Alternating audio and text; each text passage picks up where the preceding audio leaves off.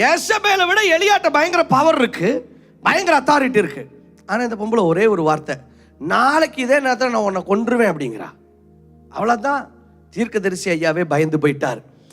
பேசிக்கா அடிப்படையில் இன்றைக்கு அநேக கிறிஸ்தவர்களை பிசாசு எப்படி அட்டாக் பண்ணிட்டு இருக்கான்னு இப்படித்தான். எப்படின்னா அவங்க மைண்ட் அட்டாக் பண்றான். எலியா மேல இன்னும் கைய வைக்கல, ஒரே வார்த்தை கேள்விப்பட்டது, ஐயா ரொம்ப சோர்ந்து போயிட்டார். செத்தா போதா ஆண்டவரே, நான் அவ்வளவு பெரிய ஆள்லாம் கிடையாது, என்னுடைய முற்பிதாக்களை பார்க்கல, நான் பெரியவன் இல்லை, நான் செத்தா போதுங்கிறார். எலியா தீர்க்கதரிசி சாகவே இல்லை, மேல ரதத்துல ஏறி போனவர். அவர் சொல்றார் நான் சாகணுங்கிறார். ஆண்டவர் சொல்றார் அப்படி ஒரு பிளானே நமக்கு இல்லையே அப்படிங்கிறார். பேசிக்கா பிசாசு மைண்ட் அட்டாக் பண்ணிட்டான்.